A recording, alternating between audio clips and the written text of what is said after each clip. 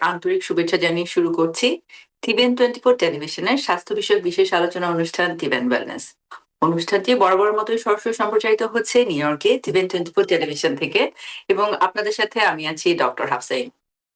আজকে অনুষ্ঠানে আমরা একটি অত্যন্ত গুরুত্বপূর্ণ বিষয় নিয়ে আলোচনা করব। আমরা জানি যে গত কয়েক পর্ব ধরে এবং কয়েক মাস ধরে আমরা একটি খুব গুরুত্বপূর্ণ বিষয় সিরিজ আকারে আলোচনা করছি, সেটা হচ্ছে ডায়াবেটিস।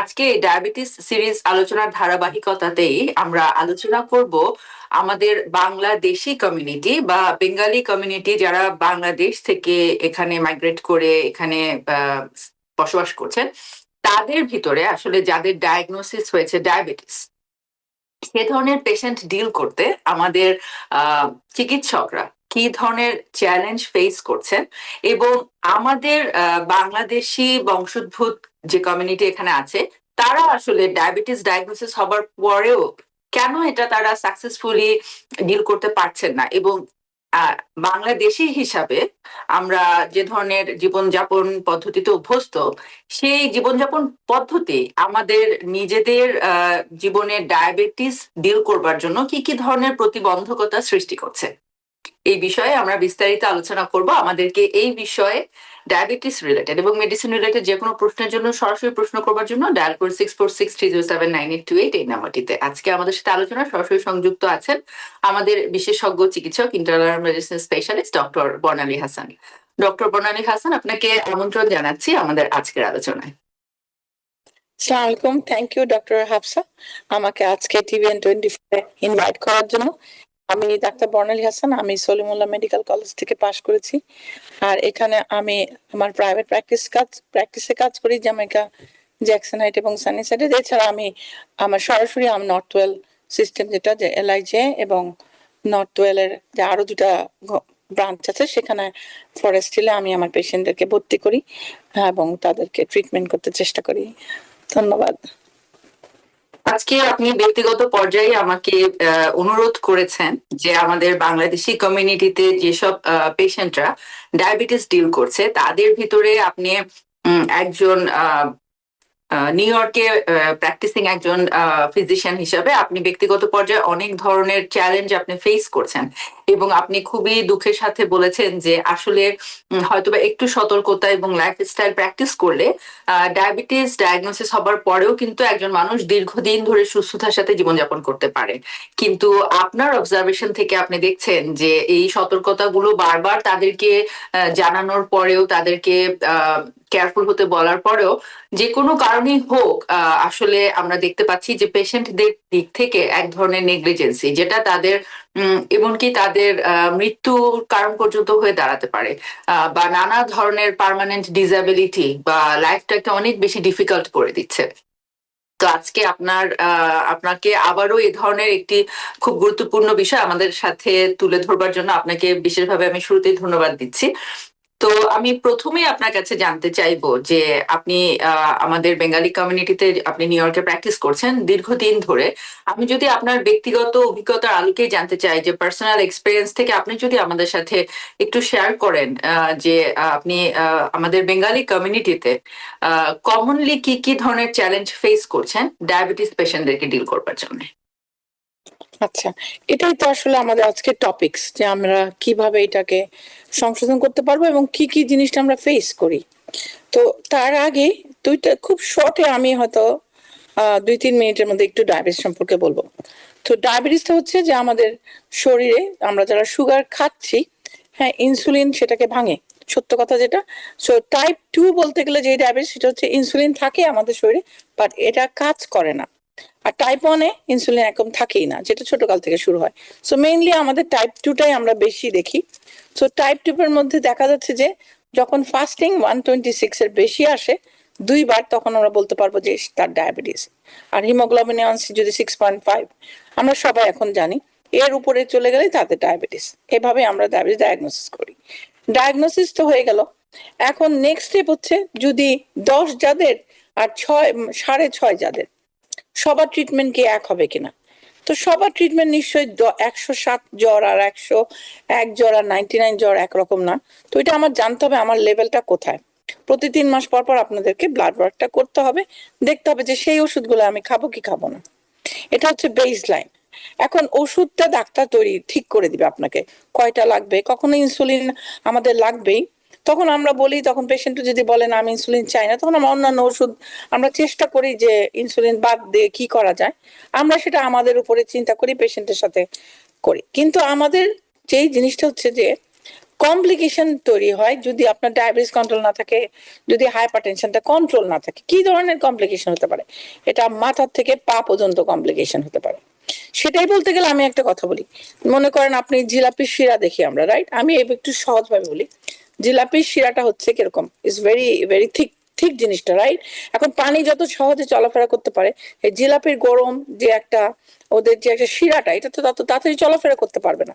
হ্যান্ড স্যানিটাইজারের ঘনত্ব আর পানির ঘনত্ব তো এক না। শিরার তো হয় কি, শরীরটা থাকে গরম, তারপর সুগারটা যেহেতু ইনসুলিন আমাদের কাজ করে না, তো সুগারটা না ব্লাডটা হয়ে যায়, ব্লাডের যে আমাদের ঘনত্বটাই বেশি বাড়তে থাকে, তখন সচলতা কমে যেতে পারে। তো এখন ব্লাড যদি আপনি বাইরে রাখেন, কোথাও কালেক্ট করার পরে যদি বাইরে রাখে জমাট বেঁধে যায়, সেম জিনিস যদি এটা মাথায় আমাদের ব্লাডটা যখন অনেক সুগার রিচ থাকে, ব্লাডের মধ্যে অনেক সুগার থাকে, তখন সেটা হয় কি থকথকা হয়ে যায়, তো এটা চলতে ফেলতে পারে না, তখন এটা সেই বাইরে রাখার মতো জমাট বাঁধে। যদি মাথায় জমাট বাঁধে তখন আপনি বলবেন যে এটা স্ট্রোক। যদি আপনি হার্টে কোথাও জমাট বাঁধে বলবেন হার্ট অ্যাটাক। পায়ে হয় পেরিফেরাল ভাস্কুলার ডিজিজ, তখন পার সঞ্চালন ক্ষমতা ব্লাডে থাকে না, ওই জায়গাটা ডেড হয়ে যায়, আপনাকে পাটা কাটতে হবে, তো এটাকে বলা পেরিফেরাল ভাস্কুলার ডিজিজ। তার সাথে সাথে মনে করেন আপনি এত সুগার থাকে, তখন চোখে অনেক ব্লাড ভেসেলস তৈরি হয় এবং অ্যাবনর্মাল। মনে করেন আমরা সরাসরি চোখে দেখি, কিন্তু যদি আমরা জালির মধ্যে দেখি ঠিক এরকম, আমরা কিন্তু দেখতে পারবো না, তো ওখানে নিওভাস্কুলার নতুন নতুন ব্লাড ভেসেলস তৈরি হয়, তো চোখটাকে নষ্ট করে। সেম ভাবে কিডনি এফেক্টেড হয়, পায়ে আপনার নার্ভাস সিস্টেমেও দেখবেন আপনার পা আপনার কাজ করলে বোধ শক্তি কমে যায়, সেটা হচ্ছে যে পেরিফেরাল নিউরোপ্যাথি। তো তখন পা কাটলেও বুঝতে পারবেন না। সেম ভাবে হার্ট অ্যাটাক হলেও হার্টের যে সমস্ত blood vessel supply nerve supply করে, তখন আপনার চেস্ট পেনটা আপনি দেখতে বুঝতে পারবেন না, চেস্ট পেইন হবে না, আপনার হার্ট অ্যাটাক হবে। তো ঘটনা তো এটা চোখ থেকে আরম্ভ করেন আপনি কিডনিতে বলেন, সবগুলাতেই এফেক্ট হচ্ছে। বিশেষ করে আমি যেটা বললাম প্রথমে বলছি, মাথা থেকে মাথায় স্ট্রোক হয়। রিসেন্টলি আমাদের কমিটি, যে জন্য আমি আজকে রিকোয়েস্ট করে আসছি, আমাদের কমিটি ভেরি ইয়াং একজন হাসপাতালে এখন আইসিইউ থেকে উনি রিহ্যাবে গেছেন, তো উনি এক পাশে প্যারালাইজড হয়ে গেছে। ওনার ডায়াবেটিস যদি কন্ট্রোল থাকতো, উনি যদি সিগারেট না খেতো, উনি যদি খাওয়া দাওয়াটা একটু বুঝে খেতে, এবং হিমোগ্লোবিন এ1সি কত তার, এটা ওনার জ্বর কত, 105 জ্বর আর 199 জ্বর, তো ট্রিটমেন্ট এক না, সেটা আমাদেরকে মেনটেন যদি করতো, আজকে ওনার এই অবস্থায় হাসপাতাল আইসিইউতে এক পাশে প্যারালাইজ হতো না। এটাই আমি বলতে আসছি যে আপনি যদি এখন কোক খান, আপনি যদি এখন ডায়াবেটিস থাকে, আপনি যখন রোদের মধ্যে কাজ করেন, আপনি ডিহাইড্রেটেড হয়ে গেছেন, আপনার ব্লাড ভেসেলস এর যে ব্লাড তৈরি হয়, যেটা বাতটা চলতে থাকে, থকথকা হয়ে যাবে, ভেরি সুন আপনার স্ট্রোক হওয়ার অতি একটা ভীষণ সম্ভাবনা। রোদ্রে দুপুরে পিকনিকে যাচ্ছেন, আপনি পানি খাচ্ছেন না, ডিহাইড্রেটেড অলরেডি, আপনি ওখানে কোক খাচ্ছেন, সিগারেট খাচ্ছেন, এগুলো সব স্ট্রোকের একটা লক্ষণ। তারপর আমাদের তো মানে মোটা, আমাদের তো স্থূলতার একটা ওবেসিটির একটা প্রবলেম আছে, আমরা মোটা, সব কিছু একটা এট দ্য এন্ড, তারপর দেখবেন আপনার কোলেস্ট্রল আনকন্ট্রোল, সব কিছুতে। আর আমরা হচ্ছে আমাদের যাতে আমরা কিন্তু এক্সারসাইজ করতে, আমরা এক্সারসাইজ করিও না। যদি এখন আমাকে রাস্তার মধ্যে দৌড়াতে দেখে, মানুষ বলে এই মহিলা দৌড়াচ্ছেন কেন বাংলাদেশে, আসলে তো দৌড়ানোটা হচ্ছে এক্সারসাইজ জন্য, কিন্তু আমরা তো এটা দেখে অভ্যস্ত না। আমার দাদিকে, আমার নানিকে আমরা দেখি নাই যে কানের মধ্যে জিনিসটা দিয়ে যেরকম একটা কেস পরে দৌড়াচ্ছে। তো ঘটনাটা আমরা অভ্যস্ত না, এটাই আসছে আমাদের প্রবলেম, যে আমাদের ওষুধগুলা ডাক্তারের বুদ্ধি অনুযায়ী আমাদের ওষুধ খেতে হবে, 3 মাস পর পর আমাদের চেক করতে হবে, আমাদের খাদ্য হ্যাবিটে বুঝতে হবে যে ডাক্তারের পরামর্শ অনুযায়ী আমরা কি খাবো। আমরা এখন সবাই মোটামুটি জানি, কিন্তু আমরা যেরকম সিঙ্গারা পছন্দ করি, এটা তো আমাদের খাওয়ার, ওটার পরিবর্তে আমরা কি খেতে পারি, বা পিকনিক আমরা কি ধরনের খাবার খেতে, এইগুলো আর কি আমাদের একটু বুঝতে হবে যে আমাদের কিভাবে খেতে হবে, কিভাবে মানে লাইফস্টাইলটা চলতে হবে। আর আরেকটা হচ্ছে যে আমাদের ওষুধগুলা ঠিক মতো খেতে হবে। অনেক পেশেন্ট আসে বলে ওষুধই খাই নাই, কেন খান নাই, এই সারা জীবন খাবো না আমি। এখন আপনি যদি কিডনিটাকে ভালো রাখতে চান, ডায়াবেটিক পেশেন্টের কিডনি খারাপ, আপনাকে একটা ওষুধ খেতে হবে যাতে তারপর সার্কুলেশনটা বাড়ে, তো ওই ওষুধটা আপনি খাচ্ছেন না। কোলেস্ট্রল ওষুধ, ডায়াবেটিস মানে হচ্ছে করোনারি আর্টারি ডিজিজ, এটা ডায়াগনোসিস হয়ে যায় তখনই, তো আপনি কোলেস্ট্রল ওষুধ আপনি খেতেই হবে। কোলেস্ট্রল ওষুধ একটাই অ্যাটোরভাস্টেটিন, একটা সোসুভাস্টেটিন, এক একটা ধরনের থাকতে পারে, ডিফারেন্ট ভ্যারাইটি আছে। আপনার একটা ভালো না লাগলে আপনার ডাক্তার আপনাকে অন্যটা দিবে, কিন্তু আপনি একদম রিফিউজ করবেন যে আমি খাবো না, হ্যাঁ, আপনি তখন আপনার স্ট্রোকের সম্ভাবনা থাকবে, তখন তো কেউ, কিন্তু এই মানুষটাই সুন্দরভাবে, আমরা আজকে কথা বলছিলাম ডক্টর হাফসার সাথে, যে ওরই এক বন্ধু, সে সব মেনটেন করে, সে অল্পতেই সে ঘাবড়ায়, ভয় পায়, আমি এটা করবো কিনা, হ্যাঁ এটা আমি হ্যাঁ এটা আসলে আমি একটু রেশিয়াল কম্পারিজন থেকে আমি বলছিলাম যে আমার একজন ককেশিয়ান বন্ধু, ও আসলে ডায়াবেটিস না, ও প্রি ডায়াবেটিক। ওর 5.5 এর থেকে একটু বেশি এসেছে। আমরা জানি যে এখন 5.5 থেকে আমরা প্রি ডায়াবেটিক, এখানে আমরা পেশেন্টকে স্পেসিফিক একটা লাইফস্টাইল এবং এগুলোর জন্য সতর্ক করা শুরু করা হচ্ছে। তো সে এত বেশি কনসাস যখন থেকে সে জানলো যে সে প্রি ডায়াবেটিক, সে আমাকে কমপ্লেন করছে যে তার কিছু কলিগ আছে যারা একটু বেশি সুগার খায়, একটু বেশি কার্বোহাইড্রেট খায়। ও এখন চেষ্টা করে কনসাসলি তাদের বাসার ইনভাইটেশন অ্যাভয়েড করবার জন্য, কারণ সে যদি কনসাসলি ওসব অ্যাভয়েড করে, কিন্তু দেখা যায় যে ইনভাইটেশনে কখনো কখনো অনেকেরই টেন্ডেন্সি থাকে যে জোর করে একটু রিকোয়েস্ট করে খাওয়াবার জন্য, যে আচ্ছা একদিন খাও। তো সে আমাকে বলছে যে আমি একদিন খেয়ে আলটিমেটলি এটার কনসিকুয়েন্সে যদি আমি আমার আইসাইট লস করে ফেলি, এই সুন্দর পৃথিবীটা, আমার বাকি জীবনটা আমি একজন অন্ধ মানুষ হিসাবে কাটাতে চাই না। সে কমপ্লেন করছে যে কেন মানুষ এ ধরনের অন্যায় আবদার করে আর কি। তো আমাকে, মানে ব্যাপারটা না আসলে আমি তখন ভাবলাম যে ও যখন থেকে ওর ডাক্তার ওকে ছোট ছোট জিনিসগুলো এক্সপ্লেন করেছে, এই যে তার আইসাইট এফেক্টেড হতে পারে, এটা তো সে আসলে তার ডাক্তারের কাছ থেকে এগুলো জানতে পেরেছে। এবং তারপরে জিনিসগুলো কিন্তু সে ব্যাপারগুলোকে এত গুরুত্বের সাথে নিয়েছে, সে কিন্তু এগুলো বাই হার্ট সে ফলো করছে। এবং সেখান থেকে সে আমাকে কমপ্লেন করছে যে কেন কেউ কেউ এ ধরনের অন্যায় আবদার করে। এই জন্য সে এখন ওসব দাওয়াতেই যাওয়া বন্ধ করে দিয়েছে। তো তখন আমি ভাবলাম যে আর একই সাথে আমার সাথে আমার যেসব স্পিকাররা কন্টিনিউয়াসলি এই ডায়াবেটিস নিয়ে বিভিন্ন পর্ব করে যাচ্ছেন, আলোচনা করে যাচ্ছেন, তাদের সবার মোর অর লেস এই একই কমপ্লেন, যে আচ্ছা আমি কি করে বললে, কিভাবে বললে আমি আমার দেশের, আমি বাংলাদেশের কমিউনিটির মানুষকে একটু বোঝাতে পারবো যে ওনার ছোট ছোট কিছু লাইফস্টাইল পরিবর্তন এবং সচেতনতা ওনার জীবনটাকে দীর্ঘদিন সুস্থভাবে বেঁচে থাকতে সাহায্য করতে পারে। আর এই ছোট ছোট অবহেলায় ওনার খুবই কঠিন জীবন ব্যবস্থা হয়ে যেতে পারে, যেখান থেকে তার মৃত্যু পর্যন্ত হতে পারে। আপনি যেটা বললেন যে আপনারই একজন খুব ইয়াং পেশেন্ট, সে এখন স্ট্রোক করে এক পাশ প্যারালাইসিস হয়ে সে আইসিইউতে ছিলেন, এখন রিহ্যাবে আছেন। তো এটা আসলে এই বিষয়টাই আসলে আজকে আমাদের প্রধানত আলোচনার বিষয়, এবং গত বেশ কয়েকটা পর্বে কিন্তু ঘুরে ফিরে এই কথাটাই আমরা বলছি যে আমাদের বেঙ্গালি কমিউনিটিতে, বিশেষভাবে বাংলাদেশের কমিউনিটিতে আমরা দেখছি যে ডায়াবেটিস ডায়াগনোসিস হচ্ছে, পেশেন্টকে আমরা ইনফরমেশন গুলো দিচ্ছি, পেশেন্ট নিজেও জানে, কিন্তু কোথায় যেন এক ধরনের, আসলে আমি ঠিক কি বলবো আমি জানি না, যে এটা কি এক ধরনের আমরা বলি যে মেন্টাল, এক ধরনের মেন্টাল ব্যারিয়ার কিনা। মানে আমি জানি কিন্তু আমি কেন যেন সচেতন হতে চাচ্ছি না, আমি প্র্যাকটিস করতে চাচ্ছি না। এটা এক ধরনের মনে হয় কালচারাল প্র্যাকটিসও হতে পারে আমাদের কমিউনিটিতে। তো আপনিও বলতে চাচ্ছিলেন এই বিষয়ে যে আপনিও খুব ফ্রাস্ট্রেটেড ফিল করেন যে পেশেন্টরা কেন রেসপন্স করছেন না। এই বিষয়ে আপনার সাথে বিস্তারিত আলোচনায় আসবো। আমাদের সাথে এই মুহূর্তে একজন দর্শক আছে, চলে যাচ্ছে দর্শকের প্রশ্নে। সুপ্রিয় দর্শক, আমাদের সাথে কে আছেন, আপনার পরিচয় দিয়ে প্রশ্নটি করুন। আসসালামু আলাইকুম, আমি মাহমুদ বলছিলাম জামাইকা থেকে। জি, ওয়ালাইকুম আমার আসসালাম। বয়স 45। আসলে আমার 2 বছর ধরে ডায়াবেটিস। আমি মেটফর্মিন 500 সকালে একটা এবং বিকেলে একটা খাই। আমার কথা হলো, আমরা যারা রাত্রে কাজ করি এবং ওভারনাইট কাজ করার পরে আমরা দিনের বেলা ঘুমাই, সেই ক্ষেত্রে এক্সারসাইজের যে সময়টুকু ওইটা আমরা পাই না। আর ঘুম থেকে উঠার পরে অনেক সময় 130 থাকে, অনেক সময় 150 থাকে। এইটা কি ঠিক কিনা? আর হইতেছে, আমরা যারা রাত্রে কাজ করি কিভাবে ডায়েট এবং এক্সারসাইজের ইয়েটা আমরা কিভাবে করতে পারি? আমরা যদি সপ্তাহে একদিন বন্ধ পাই, ওই দিন যদি করি সেই ক্ষেত্রে হবে কিনা, এটা আমি বলতেছিলাম। আর এর আগে AH1 যেটা, ওইটা আমার ছিল 6.5 আর কি। এর আগেও ছিল 6.2, এরকম অ্যারাউন্ড এরকম আর কি। 3 মাস পর পর যেটা A1C যেটা আমরা ইয়ে করি সেটা আর কি। আমাকে ডাক্তার যদি একটু গাইডলাইনটা দিতেন যে আসলে আমরা যারা রাত্রে ওভারনাইট কাজ করি কিভাবে আমরা ডায়াবেটিসটা আরো এক্সারসাইজ কিংবা খাবারের মাধ্যমে কন্ট্রোল করতে পারি। জি, থ্যাংক ইউ, আসসালামু আলাইকুম।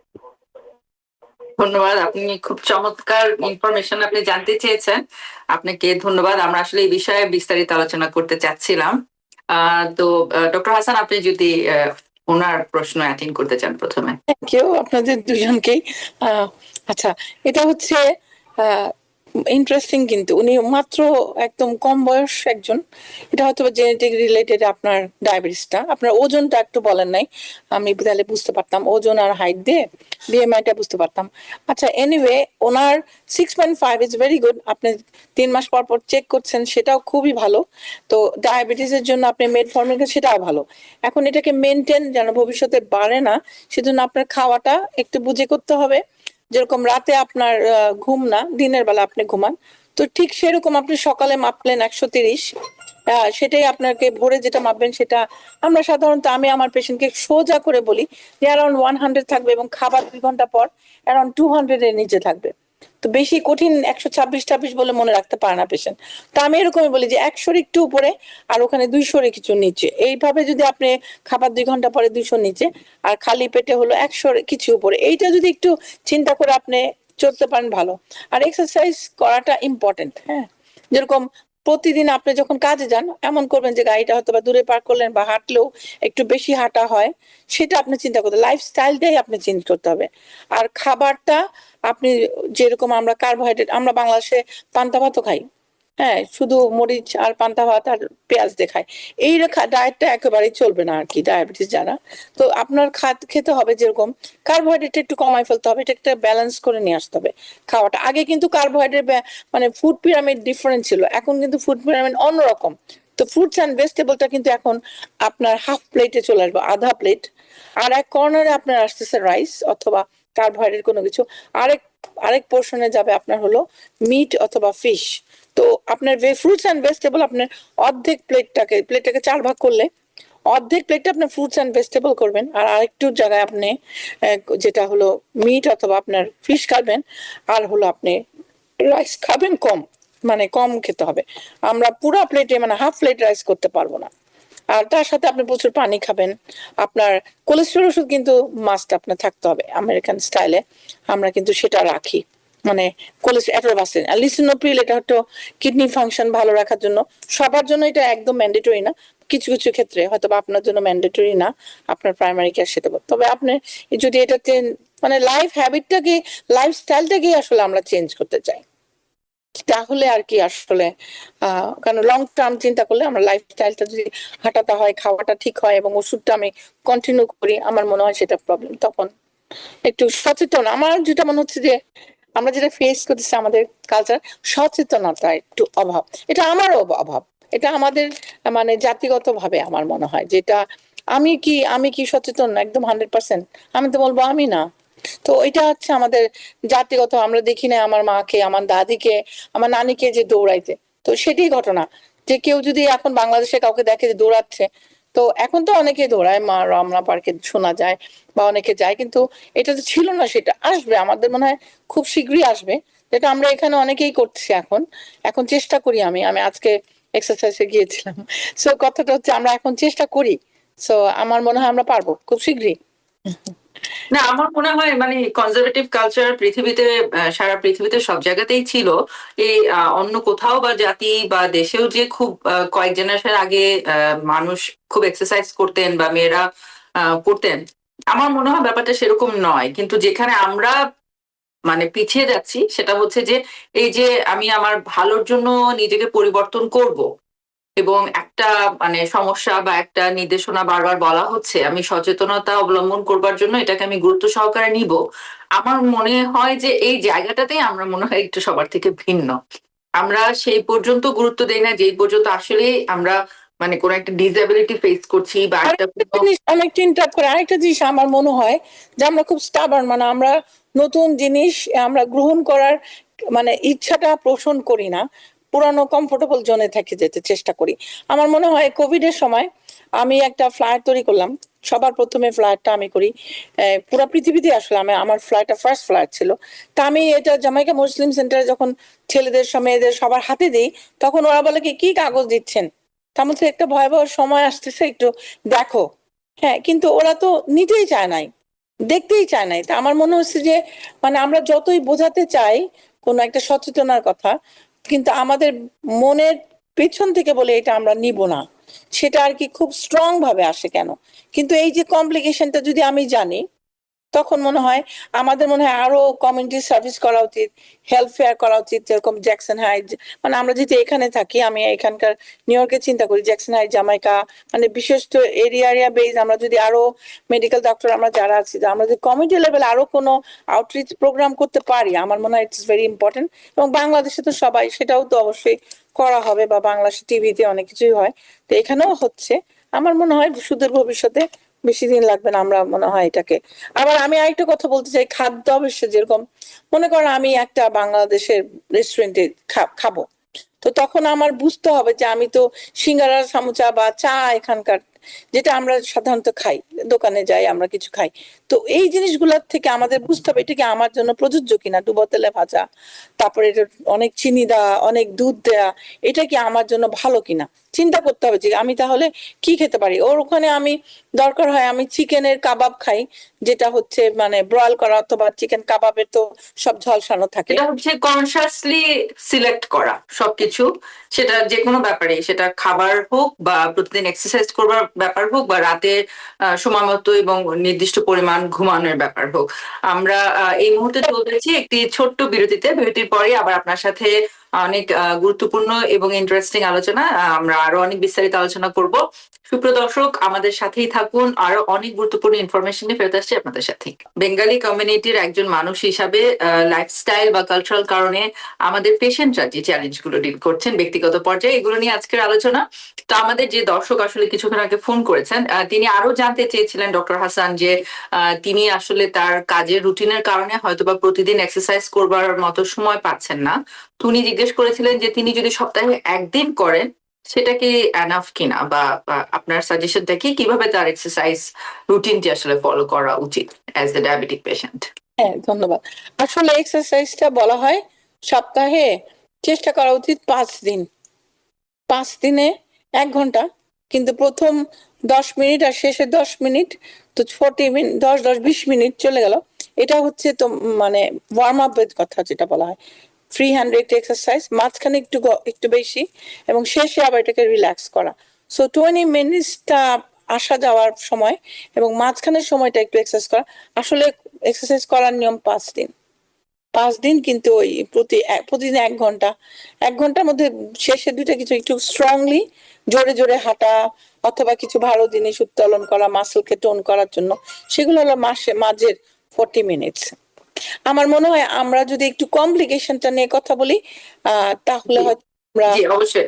হ্যাঁ, আমরা আসলে এক্সারসাইজের ব্যাপারটা আরো মানে মানুষকে এনকারেজ করবার জন্য, খুব সহজ করে দেবার জন্য কিন্তু আমরা বারবার রিপিটেডলি ভাবে করে বলে যাচ্ছিলাম যে আপনি যদি প্রতিদিন আধা ঘন্টা হাঁটতে পারেন, আর কিছু যদি না পারেন, আপনি প্রতিদিন আধা ঘন্টা করে যদি 5 দিন হাঁটেন সপ্তাহে, তাহলে 150 মিনিট, সেটাও ইনিশিয়ালি আসলে অনেক অনেক পজিটিভ ইম্প্যাক্ট আনে লাইফে।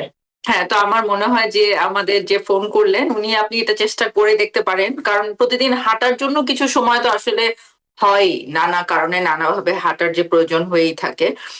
তো আপনি কমপ্লিকেশন নিয়ে কথা বলতে চাচ্ছেন, আমি জানি যে আপনার যে পেশেন্ট স্ট্রোক করে ডিসেবল হয়ে গেছে, এটা আপনাকে ব্যক্তিগতভাবে আপনি খুবই ডিসহার্টেড হয়েছেন, এবং আপনি আমাকে জানিয়েছেন যে আপনার খুবই মানে দুঃখ হচ্ছিল যে একটু সচেতনতা তার জীবনটাকে অনেক অন্যরকম করতে পারতো। তো আমি সেখান থেকে জানতে চাইবো যে আপনি যেসব পেশেন্ট প্রতিদিন ডিল করছেন, আপনি বাঙালি কমিউনিটি আমাদের ডায়াবেটিক পেশেন্টদের ভিতরে কমন কমপ্লিকেশন কোনগুলো দেখছেন, এবং আপনি অ্যাজ এ ফিজিশিয়ান কি চ্যালেঞ্জ ফেস করছেন এই কমপ্লিকেশন গুলো যে আপনি প্রতিরোধ, এতবার সচেতন করবার পরেও দেখা যাচ্ছে যে অনেকের ক্ষেত্রে প্রতিরোধ করতে পারছেন না। আপনার ব্যক্তিগত ফ্রাস্ট্রেশন গুলো আমি শুনতে চাইবো। আচ্ছা, তো কমপ্লিকেশনের মধ্যে যেগুলো আমরা পেশেন্টকে দেখি, যেরকম ওই যে ওষুধ তারা কমপ্লায়েন্ট না, নন কমপ্লায়েন্ট, ওষুধ খাচ্ছে না, সেটা তো তখন করোনারি আর্টারি ডিজিজ বা পেরিফেরাল ভাস্কুলার ডিজিজ, হার্টের বা পায়ের যে হচ্ছে স্ট্রোক হচ্ছে সেগুলা। তারপর ডেইলি একটু মানে এক্সারসাইজের কথা বললো যে ওনারা এটাকে কেয়ারফুলি অনেকে নিচ্ছে, শুনছে, একদম যে শোনে না তা কিন্তু না, মানে 50% মানুষ বুঝতে পারে, আর বাকি 50% মানুষ বলে ইটস ওকে, আচ্ছা ঠিক আছে, কালকে থেকে করবো আপা, এরকম একটা কথা হয় আর কি। সেটা আর কি, ওই যে তখন খারাপ লাগে যখন যখন একদম মানে এক পাশটা অবশ হয়ে গেল একটা পেশেন্ট রিসেন্টলি। এটা শুধু মানে আমি বলবো না যে আমার পেশেন্টদেরকে, এমন অনেক ডাক্তারও আছেন যে তাদের অসচেতন, ডাক্তার সাহেব তাদেরই প্রবলেম হচ্ছে, সিগারেট খাচ্ছেন তারাও। তো ওইগুলো আর কি আসলে প্রিভেন্টিভ, যেগুলা যেরকম ওষুধ খাওয়া, সিগারেট না খাওয়া, এক্সারসাইজ করা এবং বুঝিয়ে খাওয়া, হ্যাঁ এগুলা মানে কেউ একটু জোর করলো, না খেলে তো হবেই না, আচ্ছা আমি আজকে একদম খাই, সেটাও বুঝতে হবে যে, সেটাও আমার বুঝতে হবে যে আমি কত দূর সবার রিকোয়েস্ট নিতে পারবো। তো কমপ্লিকেশনে বলি, কমপ্লিকেশনে হয় কি যে ব্লাড ভেসেল গুলাতে এফেক্টেড হয় প্রথমে।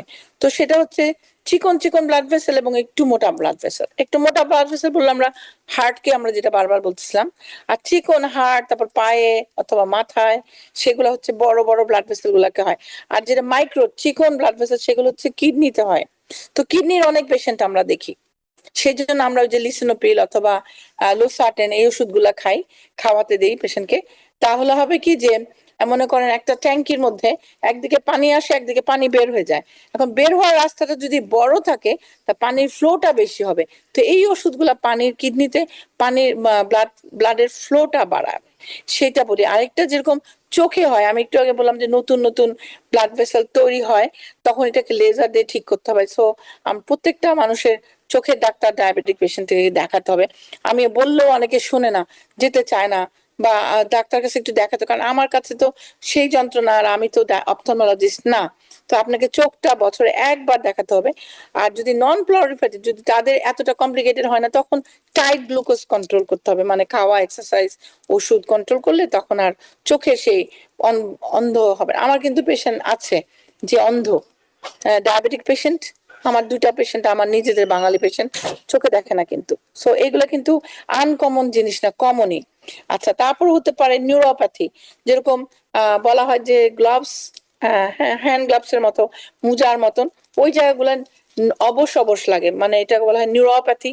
তো সেটার জন্য আমরা তাদেরকে টাইট গ্লুকোজ কন্ট্রোল করতে পারি। তাছাড়া অনেক পেশেন্টের ব্লাড প্রেশারটা হঠাৎ কমে যায়, সেটা অর্থোস্ট্যাটিক হাইপোটেনশন হয়, এটাও একটা কমপ্লিকেশন ডায়াবেটিক পেশেন্টের। তারপরে ডায়াবেটিক পেশেন্টের খাওয়াটা মানে খুব সহজেই নিচের দিকে নামে না, যেটাকে বলা হয় গ্যাস্ট্রোপ্যারেসিস। হ্যাঁ, খুব খাওয়া পেটটা পুরো ফুল লাগে অনেক পেশেন্ট বলে। এবং এবং মেটফরমিনের একটা সাইড এফেক্ট, সেটাও আর জিআই সাইড এফেক্ট থাকে। সব এটাও কিন্তু একটা কমপ্লিকেশনের সাথেই জড়িত। সেই জন্য আমরা সেজন্য আবার দেখি যে পায়ের ব্লাড ভেসেল গুলোতে এমন ভাবে ক্ষতি করে, তখন ওরা পায়ের বোধ শক্তি না পায়, ওখানে যদি কেটেও যায় বলতে পারে না যে আমার পা কেটে গেছে। সুতরাং সেখানেও পাটা ডাক্তার কাছে আমরা সবসময় আমাদের ফুড ডক্টরকে বছরে একবার পাঠাই।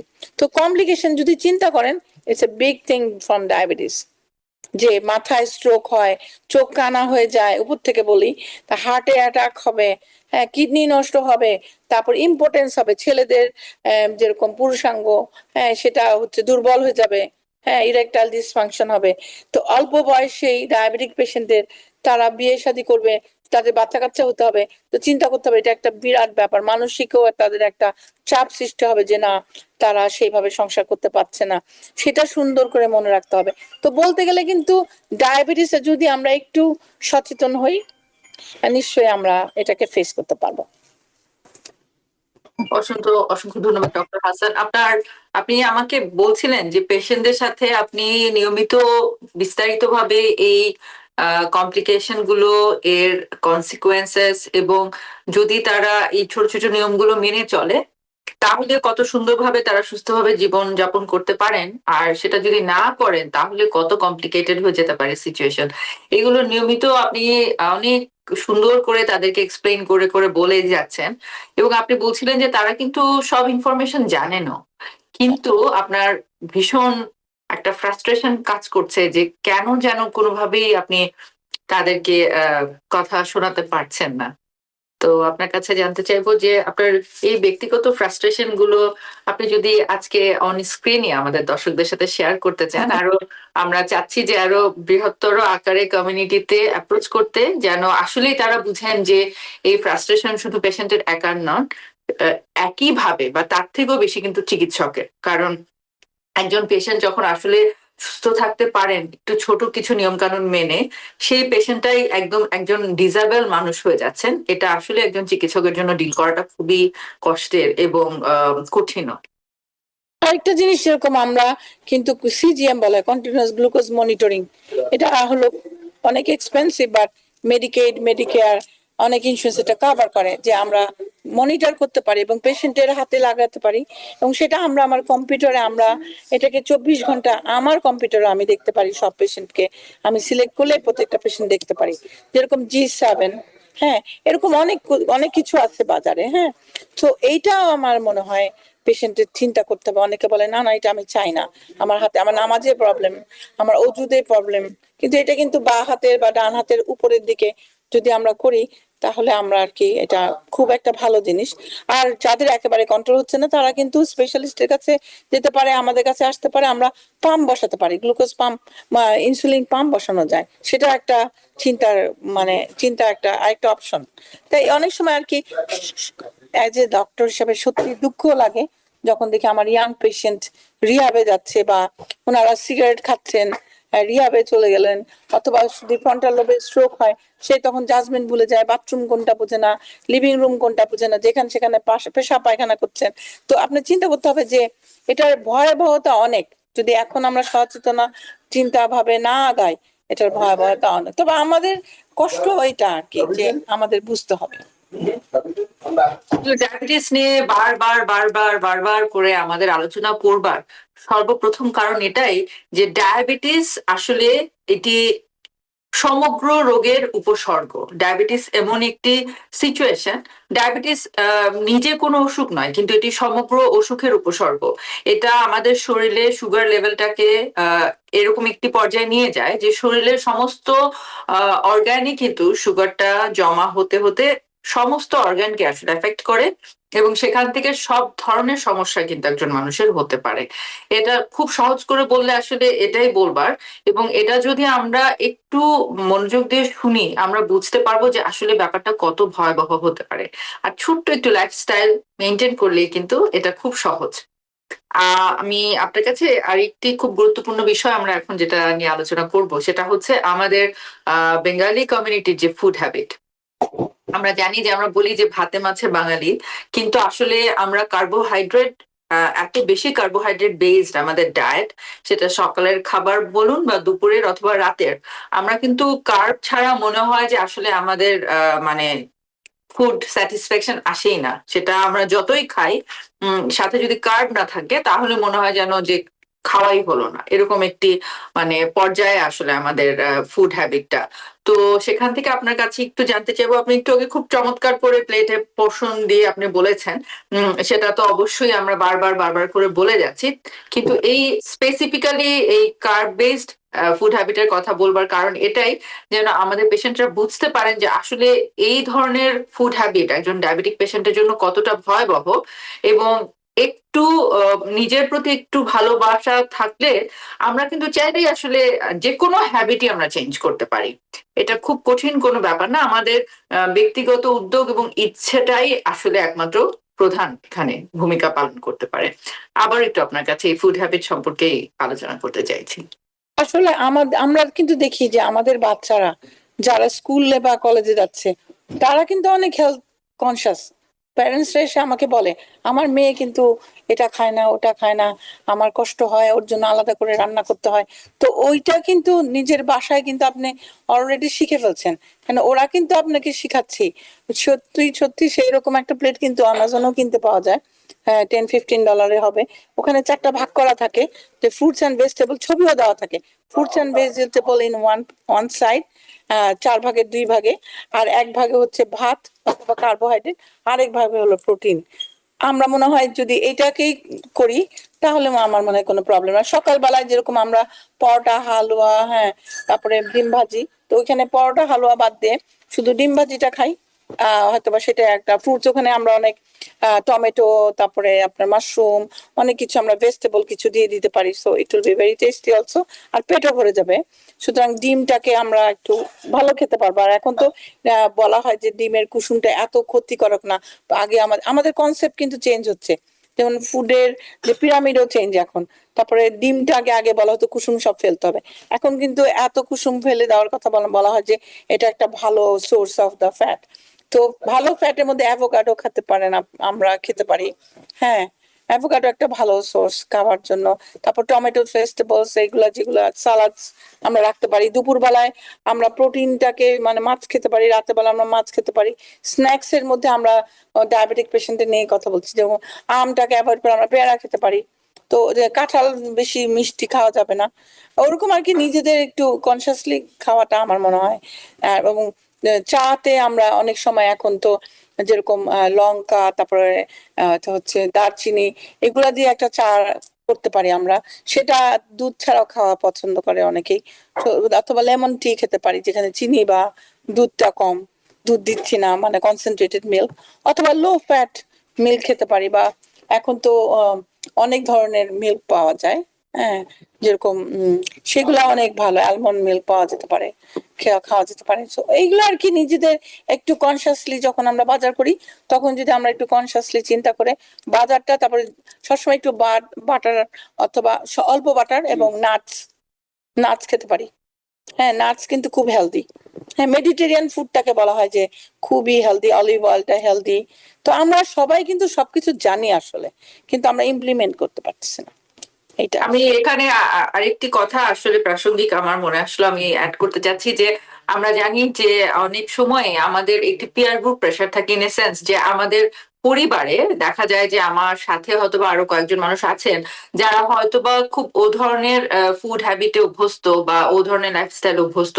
তো আমাদের পরিবারের সদস্যদেরকেও আমি বলবো যে আমাদের পরিবারের যদি একজন ডায়াবেটিক পেশেন্ট কেউ থাকেন, বা কেউ একজন ডায়াবেটিক পেশেন্ট হিসেবে নিউ ডায়াগনোসিস হন, সেক্ষেত্রে আমাদের সবারই একটি সচেতনতা জায়গা থেকেই সবারকেই উদ্যোগ নিতে হবে যে তাকে সাপোর্ট করবার জন্য হলেও আমরা ইনিশিয়ালি কিছুদিনের জন্য বা কয়েক মাসের জন্য আমরা সবাই চেষ্টা করব যে আমরা যেন একটু হেলদি খেতে পারি, হেলদি লাইফস্টাইল প্র্যাকটিস করতে পারি, যেন যে মানুষটি একটি এখন এই মুহূর্তে একজন ডায়াবেটিক পেশেন্ট হিসাবে একটি ডায়াবেটিক লাইফস্টাইল তাকে ফলো করতে হবে, একটি ডায়াবেটিক ডায়েট ফলো করতে হবে, তিনিও যেন সাপোর্টেড ফিল করেন। কারণ আমি দেখেছি অনেক সময় অনেকে বলেন যে আমরা 2 জন 3 জন 5 জন থাকি, সবার জন্য একরকম রান্না করছি, আমার একার জন্য আরেক রকম করাটা ডিফিকাল্ট, চ্যালেঞ্জিং, বা হয়তোবা সে পেরে উঠছেন না। তো সেখান থেকে আমি আমাদের দর্শকদেরকে এটাও রিকোয়েস্ট করবো যে তারাও যেন সবাই এই সাহায্যের হাত পরিবারের মানুষটির প্রতি বাড়িয়ে দেন এই সাপোর্টটির জায়গা থেকে। Family support always important. জি, আমরা চলে এসেছি আজকে আলোচনার শেষ পর্যায়ে। তো বিদায়ের পূর্বে আপনার কাছে সর্বশেষ জানতে চাইবো যে আপনি যদি আমাদের দর্শকদের জন্য এবং আপনার পেশেন্টদের উদ্দেশ্যে আপনি যদি কোনো অ্যাডভাইস শেয়ার করতে চান।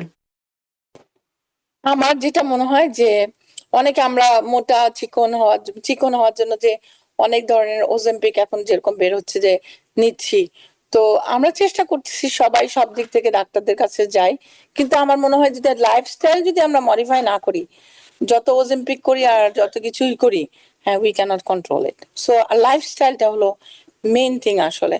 যেরকম হাঁটতে হবে, খাওয়াটা হেলদি, আমরা খেতেই থাকবো আর ওষুধ খেতেই থাকবো, সেটা তো সম্ভব না। লাইফস্টাইলটা আমার মনে হয় we should be focusing more, আর family support always is very important. আর সাথে সাথে মনে রাখতে হবে যে ভ্যাকসিনেশন যেগুলো ডায়াবেটিক পেশেন্টদের দেওয়া উচিত, হ্যাঁ, বয়স অনুযায়ী প্লিজ, এগুলো আপনারা যেমন নিউমোনিয়া ভ্যাকসিন আমরা তাদেরকে প্রেফার করি, প্লিজ টেক দোজ। আপনার ফ্লু ভ্যাকসিন যেগুলা প্রাইমারি কেয়ার আপনাকে ওই সময়ে বা বয়স অনুযায়ী যেগুলো প্রিভেনশন করে সেগুলোর সাথে সাথে করতে হবে। ধন্যবাদ। অসংখ্য ধন্যবাদ ডক্টর হাসান আপনাকে। সুপ্রিয় দর্শক, আমরা বারবার করে আসলে ডায়াবেটিসের সচেতনতা নিয়ে কথা বলবার কিন্তু প্রধান কারণ এটাই, আমাদের সব ডাক্তার এই কথাটি আসলে বারবার বলতে চাচ্ছেন যে আমার ব্যক্তিগত পর্যায়ের একটু ছোট্ট লাইফস্টাইল পরিবর্তন, একটু সচেতন জীবনযাপন, সেটা খাদ্যাভ্যাস হোক অথবা এক্সারসাইজ হোক অথবা প্রতিদিনকার স্ট্রেস ডিলিং, ঘুমাতে যাবার সময় পর্যাপ্ত পরিমাণ ঘুমানো, এই ছোট ছোট যে হ্যাবিট গুলো, এগুলো যদি আমরা একটু ক্লোজলি মনিটর করতে পারি, আমরা একটু স্ট্রিক্ট থেকে আমরা যদি 6 মাস এই লাইফস্টাইলটা স্ট্রিক্টলি একটু মেনটেন করতে পারি, আমরা কিন্তু দেখবো যে তখন এটা অটোমেটিক আমার সিস্টেমের ভিতরে ঢুকে যাবে, আমি ইউজ টু হয়ে যাব, এবং তখন কিন্তু আর এটা আমার জন্য কঠিন, চ্যালেঞ্জিং বা একটা মানে খুব অবাস্তব একটা ব্যাপার মনে হবে না। এবং আপনি দেখবেন যে এর ফলশ্রুতিতে আপনি পরবর্তীতে নিজেকেই নিজে এত বেশি আপনি রিওয়ার্ডেড ফিল করবেন যে আপনি তখন অন্যকেও আসলে আপনি ইন্সপায়ার করবেন এই একইভাবে লাইফস্টাইল চেঞ্জ করবার জন্য। আসুন আমরা প্রত্যেকে ব্যক্তিগত পর্যায় থেকে সচেতন হই, নিজের দায়িত্ববোধের জায়গা থেকে একটি খুব দায়িত্ববান মানুষ হিসাবে আমরা জীবনযাপন করবার চেষ্টা করি। এবং আমরা চেষ্টা করি বাঙালি হিসাবে বা বেঙ্গালি কমিউনিটির মানুষ হিসাবে আমাদের যে একটি দুর্নাম রয়েছে যে আমরা সচেতন নই ডায়াবেটিক পেশেন্ট হিসাবে, বিশেষ করে এই দুর্নামটি থেকে আমরা সকলে আসলে মুক্তি পাই। সুপ্রিয় দর্শক, আমাদের সাথে ভীষণ চমৎকার এবং গুরুত্বপূর্ণ একটি আলোচনায় আজকে সংযুক্ত ছিলেন আমাদের বিশেষজ্ঞ চিকিৎসক, ইন্টারনাল মেডিসিন স্পেশালিস্ট ডক্টর বর্ণালী হাসান। ডক্টর হাসান, আপনার অসম্ভব গুরুত্বপূর্ণ ইনফরমেশন এবং একদম আপনার ব্যক্তিগত জীবনের থেকে আপনি যে সমস্যাগুলো তুলে ধরেছেন আমাদের দর্শকদেরকে অনুপ্রাণিত করবার জন্য, তার জন্য আপনার প্রতি TVN24 এর পক্ষ থেকে বিশেষ কৃতজ্ঞতা। ধন্যবাদ দর্শককে এবং TVN24 আমাদের যে কলাকুশলী সবাইকে আমি ধন্যবাদ জানাচ্ছি, এবং হাফসা আপনাকেও আমি ধন্যবাদ জানাচ্ছি আজকে আমাকে ইনভাইট করে নিয়ে আসার জন্য। এবং আমি খুব হ্যাপি যে আমার খুবই ভালো লাগছে যে আমি কিছু কথা আজকে বলতে পারছি। ধন্যবাদ। সুপ্রিয় দর্শক, সকলেই নিরাপদে থাকুন, সুস্থ থাকুন। TVN24 টেলিভিশন দেখতে আজই কল করুন 7187776556। লগ ইন করুন www.totalcablebd.com। নিউ ইয়র্ক থেকে সম্প্রচারিত TVN24 টেলিভিশন বিশ্বজুড়ে বাঙালির কণ্ঠস্বর।